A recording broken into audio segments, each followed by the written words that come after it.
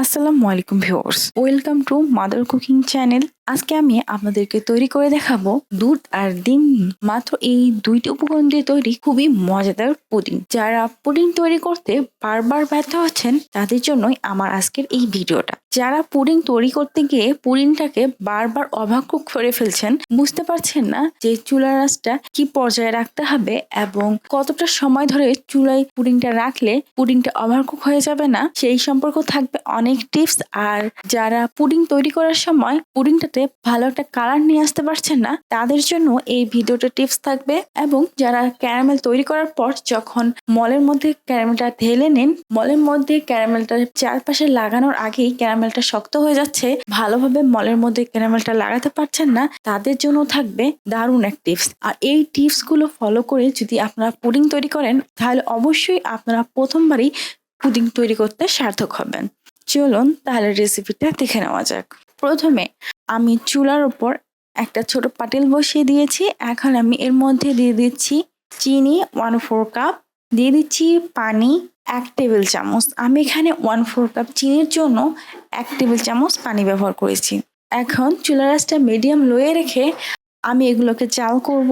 আমি চুলার আঁচটা মিডিয়াম রেখে আমি একটু পরপর নাড়িয়ে দিয়ে এগুলোকে জাল করে নিয়েছি। এই পর্যায়ে দেখুন চিনিটা কিন্তু খুব ভালোভাবে গলে গিয়েছে। বেশ কিছুটা সময়ের মধ্যে দেখুন আশপাশ থেকে কালার আসতে শুরু করে দিয়েছে। আমি এখন একটা স্প্যাচুলা দিয়ে খুব ভালোভাবে নাড়িয়ে নাড়িয়ে এটাকে জাল করব, এতে করে কিন্তু সব দিকে ভালোভাবে কালার আসবে। এই পর্যায়ে দেখুন যে ক্যারামেলটা রয়েছে তার মধ্যে খুবই সুন্দর একটা ডার্ক কালার চলে এসেছে। আর এটাকে আমি বেশিক্ষণ চুলায় রাখবো না, এতে করে কিন্তু ক্যারামেলটা পুড়ে যাবে, তখন কিন্তু তেতো লাগবে। আমি সাথে সাথে চুলাটা অফ করে দিয়েই এর মধ্যে দিয়ে দিচ্ছি 1 টেবিল চামচ পানি। পানি দেওয়ার সাথে সাথে আমি পাতিলের মধ্যে একটা ঢাকনা লাগিয়ে দিচ্ছি। ঢাকনা লাগিয়ে প্রায় 30 সেকেন্ড থেকে 1 মিনিটের মতো সময় আমি এখানে রেখে দিচ্ছি। তারপর আমি আপনাদের ঢাকনাটা উঠিয়ে দেখাচ্ছি।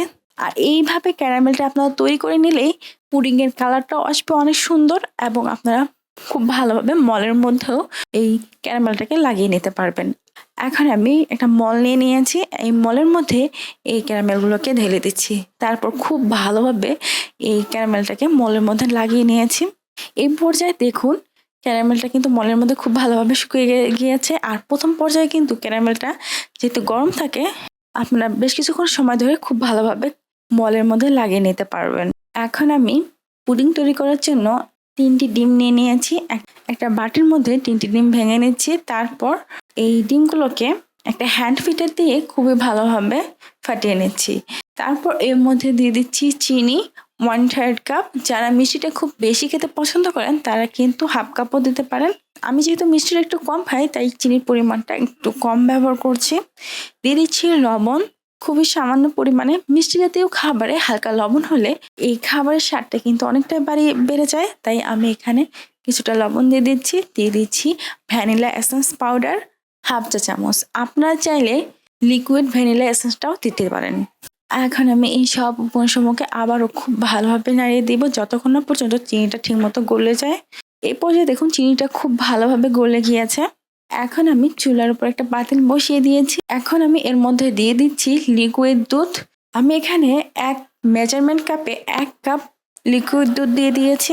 এখন আমি এই দুধটাকে কিছুটা গরম করে নিব। আমি প্রায় 1 থেকে 1.5 মিনিটের মতো সময় এই দুধটাকে গরম করে নিয়েছি। আমি হাতের একটা আঙ্গুল দুধের মধ্যে দিয়ে দেখছি দুধটা গরম হয়েছে কিনা। দেখুন এটা তাপটা খুব বেশি সহ্য করা যাচ্ছে না, সাথে সাথে কিন্তু আমি হাতটা উঠিয়ে ফেলেছি। খুব বেশি গরম করতে যাবেন না, এরকম মিডিয়াম গরম করে নিলেই হবে। তারপর এই দুধটাকে আমি ডিমের মধ্যে আস্তে আস্তে ঢেলে দিচ্ছি এবং হ্যান্ড বিটার দিয়ে এভাবে নেড়ে দিচ্ছি। এভাবে ডিমের সাথে আমি দুধটাকে খুব ভালোভাবে মিক্স করে নিলাম। এখন আমি মলের উপর একটা ছাঁকনি এভাবে ধরে এই ডিম আর দুধের মিশ্রণটাকে ঢেলে দিচ্ছি, এতে করে পুডিংটা খুব ভালো হবে। আমি এই দুধ আর ডিমের মিশ্রণটাকে খুব ভালোভাবে ছেঁকে এই মলের মধ্যে দিয়ে দিয়েছি। আমি আগে থেকেই চুলার উপর একটা পাতিলের মধ্যে পানি গরম হতে দিয়েছি। এখন আমি কড়াইটা আপনাদের খুলে দেখাচ্ছি। দেখুন পানিটা কিন্তু খুব ভালোভাবে গরম হয়ে গিয়েছে এবং এই পানি থেকে ভাপ উঠছে। ঠিক এই সময় আমি চুলাটা অফ করে দিয়ে এই পুডিংটাকে চুলার উপর বসিয়ে কড়াইটা লাগিয়ে দিচ্ছি। তারপর আবারও চুলাটা অন করে প্রায় 2 মিনিটের মতো সময় চুলার আঁচটা হাই করে রাখছি। 2 মিনিটের মতো সময় চুলার আঁচটা হাই করে রাখার পর আমি চুলার আঁচটা কমিয়ে মিডিয়াম লো করে দিচ্ছি। তারপর আরো 20 থেকে 22 মিনিটের মতো সময় এই পুডিংটাকে চুলার উপর বসিয়ে রেখেছি। ফিরে এলাম প্রায় 20 থেকে 22 মিনিট পর। এই পর্যায়ে পুডিংটা দেখুন খুব ভালোভাবে সেট হয়ে গেছে। আমি একটা চাকু ঢুকে দেখাচ্ছি। দেখুন চাকুটার গায়ের মধ্যে পুডিং লেগে নেই, চাকুটা কিন্তু ফ্রেশ বের হয়ে এসেছে। এখন আমি চুলা থেকে এই পুডিংটাকে উঠিয়ে নিব। তারপর এটাকে রুম টেম্পারেচারে রেখে ঠান্ডা করে ফ্রিজের মধ্যে প্রায় 5 থেকে 6 ঘন্টার মতো সময় রেখে দিব। ফ্রিজের নর্মাল টেম্পারেচারে রাখতে হবে। এখন আমি ফ্রিজে 6 থেকে 7 ঘন্টা রাখার পর আমি এই পুডিংটাকে আপনাদের কেটে দেখাচ্ছি, পুডিংটাকে বের করে দেখাচ্ছি। পুডিংয়ের মলের 4 সাইডটা এইভাবে চাকু দিয়ে পুডিংটাকে আস্তে করে ছাড়িয়ে নিতে হবে। তারপর একটা বাটির মধ্যে আমি এই পুডিংটাকে ঢেলে নিচ্ছি। দেখুন পুডিংয়ের কালারটা ঠিক কতটা পারফেক্ট এসেছে। আমি পুডিংটা আপনাদের কেটে দেখাচ্ছি যে ভিতরটা ঠিক কেমন হয়েছে। এই পুডিংটা কিন্তু একেবারেই পারফেক্ট হয়ে গিয়েছে। এইভাবে আপনারা চাইলেই আমার দেখানো নিয়ম আর টিপস ফলো করেই প্রথমবারেই সার্থকভাবে পুডিং তৈরি করে ফেলতে পারবে। ফুচকা একটি জনপ্রিয় খাবার, আর ফুচকা পছন্দ করে না এইরকম মানুষ কিন্তু খুবই কম আছে। একেবারে দোকানের মতো পারফেক্ট ফুচকা যদি আপনারা বাসায় তৈরি করে খেতে পারেন তাহলে এই বিষয়টা ঠিক কেমন লাগে, অবশ্যই খুব ভালোই লাগবে। আজকে আমি আপনাদের সাথে শেয়ার করব কিভাবে আপনারা দোকানের মতো পারফেক্ট ফুচকা বাসায় তৈরি করে খেতে পারবেন। চলুন তাহলে রেসিপিটা দেখে নেওয়া যাক। এখন আমি প্রেসার কুকারের মধ্যে দিয়ে দিচ্ছি ডাল 1 কাপ। আর এখানে আমি চটপটির জন্য যে ডালটা ব্যবহার করা হয় সেই ডালটাই ব্যবহার করছি।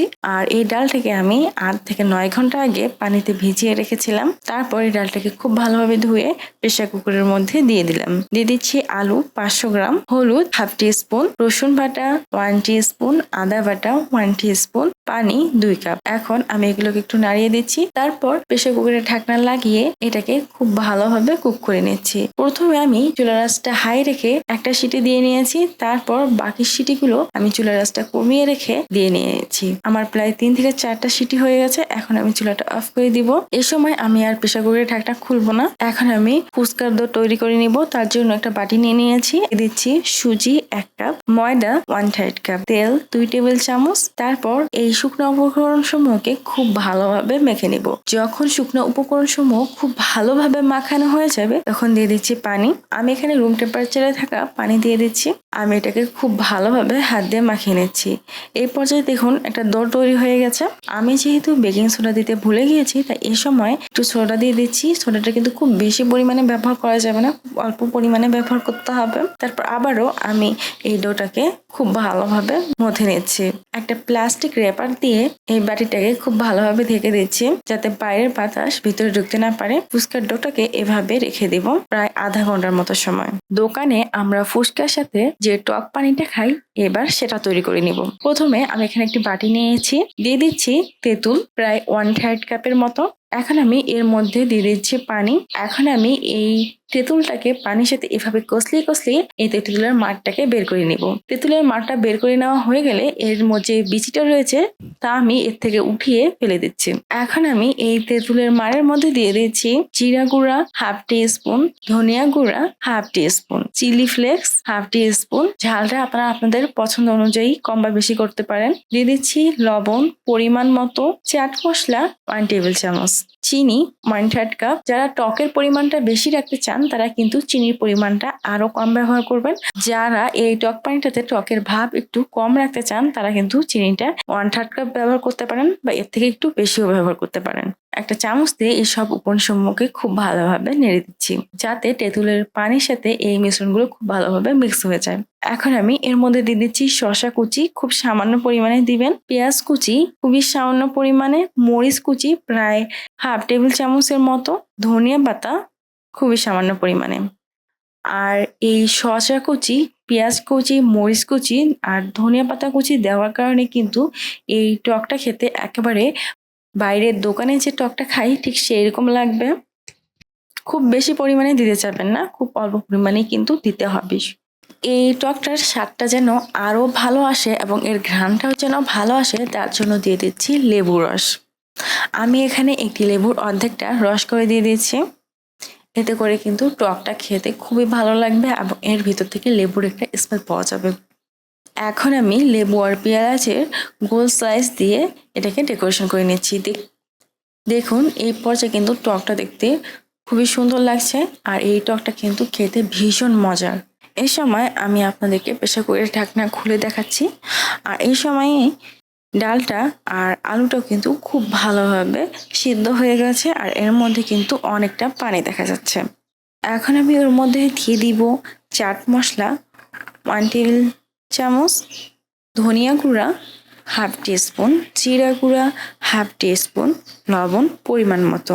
এগুলোকে একটা চামচ দিয়ে খুব ভালোভাবে নাড়িয়ে দিচ্ছি, আর বেশ কিছুক্ষণ সময় চুলার ওপর রান্না করে এর পানিটাকে কিছুটা কমিয়ে নিচ্ছি। এই পর্যায়ে দেখুন এই পানিটা কিন্তু অনেকটা গাঢ় হয়ে গিয়েছে। এখন আমি চুলাটা অফ করে দিচ্ছি। এই সময় আমি ফুচকা তৈরি করে নিব। তার জন্য ফুচকার ডোটা আমি এখানে অর্ধেকটা বের করে নিয়েছি, আর অর্ধেকটা বাড়ির মধ্যে রেখে প্লাস্টিক রেপার দিয়ে বাড়িটাকে এভাবে ঢেকে রাখছি। এখন আমি এটাকে গোল করে একটু ময়দা লাগিয়ে রুটির ন্যায় বেলে নিচ্ছি। আর এটা কিন্তু রুটির মতো অত পাতলা হবে না, এটাকে একটু মোটা রাখতে হবে। খুব বেশি মোটা করা যাবে না, রুটির থেকে হালকা একটু মোটা রাখতে হবে। আর এটাকে যে একেবারে গোল করে বেলতে হবে সেটা কিন্তু নয়। আপনারা এভাবে বেলে একটা ছোট স্টিলের গ্লাস দিয়ে আমি এই ফুচকাগুলোকে এভাবে কেটে নিয়েছি। আমি চুলার উপর একটি কড়াই বসিয়ে দিয়েছি, দিয়ে দিচ্ছি সয়াবিন তেল 1.5 কাপ। এখন আমি এই তেলটাকে খুবই ভালোভাবে গরম করে নিব। তেলটা খুব ভালোভাবে গরম হয়ে গেলে আমি এখানে ফুচকাগুলোকে দিয়ে দিচ্ছি।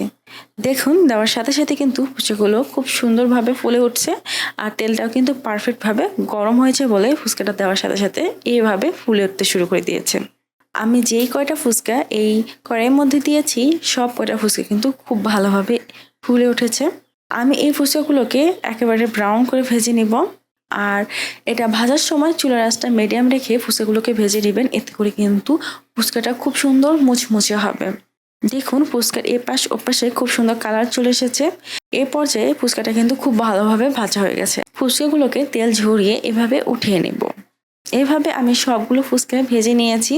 দেখুন ফুচকা ভাজাটা ঠিক কতটা পারফেক্ট হয়েছে। আমি একটা ফুচকা আপনাদেরকে ভেঙে দেখাচ্ছি। দেখে অবশ্যই বুঝতেই পারছেন ফুচকাটা খুব ভালোভাবে ভাজা হয়েছে। এখানে একটা প্লেটের মধ্যে সিদ্ধ করা আলুগুলোকে নিয়ে নিচ্ছি। তারপর এই আলুগুলোকে হাত দিয়ে খুব ভালোভাবে ভেঙে নিচ্ছি। এ পর্যায়ে আলুগুলো কিন্তু খুব ভালোভাবে ভাঙা হয়ে গেছে। এখন আমি এর মধ্যে দিয়ে দিব প্রেসার কুকারে সিদ্ধ করা সেই ডালগুলো। আমি এখানে অর্ধেকটা ডাল দিয়ে দিচ্ছি। তারপর দিয়ে দিচ্ছি জিরা গুঁড়া 1/2 টিস্পুন, ধনিয়া গুঁড়া 1/2 teaspoon, chilli flakes 1/2 teaspoon, chaat masala 1 table চামচ, পেঁয়াজ কুচি 2 টেবিল চামচ, শসা কুচি 1/4 কাপ, টমেটো কুচি 1 টেবিল চামচ। তারপর আমি ফুচকার জন্য যে টক পানিটা তৈরি করে রেখেছিলাম সেই টক পানিটা দিয়ে দিচ্ছি প্রায় 3 টেবিল চামচের মতো। এগুলোকে খুবই ভালোভাবে মাখিয়ে নিচ্ছি। আর আমি যেহেতু এখানে শসা, পেঁয়াজ আর টমেটো ব্যবহার করেছি যার কারণে কিন্তু এর লবণটা একটু কম হয়ে গিয়েছে। এই পর্যায়ে আমি দিয়ে দিচ্ছি লবণ খুবই সামান্য পরিমাণে। তারপর আবারও এইগুলো সবগুলোকে খুব ভালোভাবে মাখিয়ে আমি এর মধ্যে 8 থেকে 9 পিস ফুচকা ভেঙে দিচ্ছি। তারপর সবগুলো উপকরণ আবারও খুব ভালোভাবে মিশিয়ে নিচ্ছি। দিয়ে দিচ্ছি ধনিয়া পাতা কুচি, সাথে আরো দিয়ে দিচ্ছি শসা কুচি। তারপর আমি এগুলোকে খুবই ভালোভাবে মাখিয়ে নিচ্ছি। এখন আমি একটা বাটির মধ্যে প্রেসার কুকারে থাকা বাকি ডালগুলোকে নিয়ে নিচ্ছি। এর মধ্যে দিয়ে দিচ্ছি chilli flakes 1/2 teaspoon, chaat masala 1 table চামচ, দিয়ে দিচ্ছি পেঁয়াজ কুচি 1 টেবিল চামচ, দিয়ে দিচ্ছি টমেটো কুচি 1/2 টেবিল চামচ, দিয়ে দিচ্ছি ধনিয়া পাতা কুচি, শসা কুচি 1/4 কাপ, কাঁচামরিচ কুচি 1 টেবিল চামচ। এখন আমি 3 থেকে 4টা ফুচকা এর উপরে এভাবে ভেঙে দিচ্ছি। পর দিয়ে দিচ্ছি আমি ফুচকার জন্য যে টক পানিটা তৈরি করে রেখেছিলাম সেখান থেকে 2 টেবিল চামচ টক পানিটা এর মধ্যে দিয়ে দিচ্ছি। এটাকে খুব ভালোভাবে মিশিয়ে নিচ্ছি। আর আমি এই ফুচকার পুরের মধ্যে কাঁচামরিচ ব্যবহার করতে একদম ভুলে গেছি, তাই এ পর্যায়ে কাঁচামরিচ কুচি দিয়ে এই ফুচকার পুরটাকে আরেকটু মাখিয়ে নিয়ে ফুচকার ভিতরে এই পুরগুলোকে ঢুকিয়ে নিচ্ছে। এভাবে আমি ফুচকার মধ্যে এই পুরগুলো ঢুকিয়ে নিয়েছি। এখন আমি এই ফুচকাগুলোর উপর দিয়ে দিয়ে দিব শসা। এভাবে একটু শসা কুচি সরিয়ে ছিটিয়ে দিচ্ছি। তারপর দিয়ে দিচ্ছি টমেটো, তারপরে দিয়ে দিচ্ছি কাঁচা পেঁয়াজ, আমি পেঁয়াজগুলো কুচি করে কেটেই এর উপর দিয়ে এভাবে ছড়িয়ে ছিটিয়ে দিচ্ছি। তারপর কাঁচা মরিচও এর উপরে এভাবে ছড়িয়ে ছিটিয়ে দিচ্ছি। সবার লাস্টে একটা সিদ্ধ করা ডিম চাশনির মধ্যে ঘষে এভাবে দিয়ে দিচ্ছি। আর মাঝখানে একটা বাটির মধ্যে টক পানিটাকে এভাবে দিয়ে দিচ্ছি। দেখুন সাজানোর পর এটা কিন্তু দোকানের ফুচকার থেকে কোনো অংশে কম নয়। দেখতেও কিন্তু একেবারে দোকানের ফুচকার মতো হয়েছে এবং খেতেও কিন্তু দোকানের ফুচকার থেকে কোনো অংশে কম নয়। প্রিয় দর্শক, এই ছিল আমাদের আজকের রেসিপি। মাদার কুকিং চ্যানেলের আরও এক্সাইটিং রেসিপি নিয়ে আপনাদের সামনে আবারও উপস্থিত হব। ভিউয়ার্স, আপনাদের সকলকে অনেক অনেক ধন্যবাদ জানাচ্ছি পুরোটা সময় আমাদের সাথে থাকার জন্য। আমি উইশ করব আপনারা সবাই ভালো থাকবেন, সুস্থ থাকবেন এবং মাদার কুকিং চ্যানেলের সাথে থাকবেন।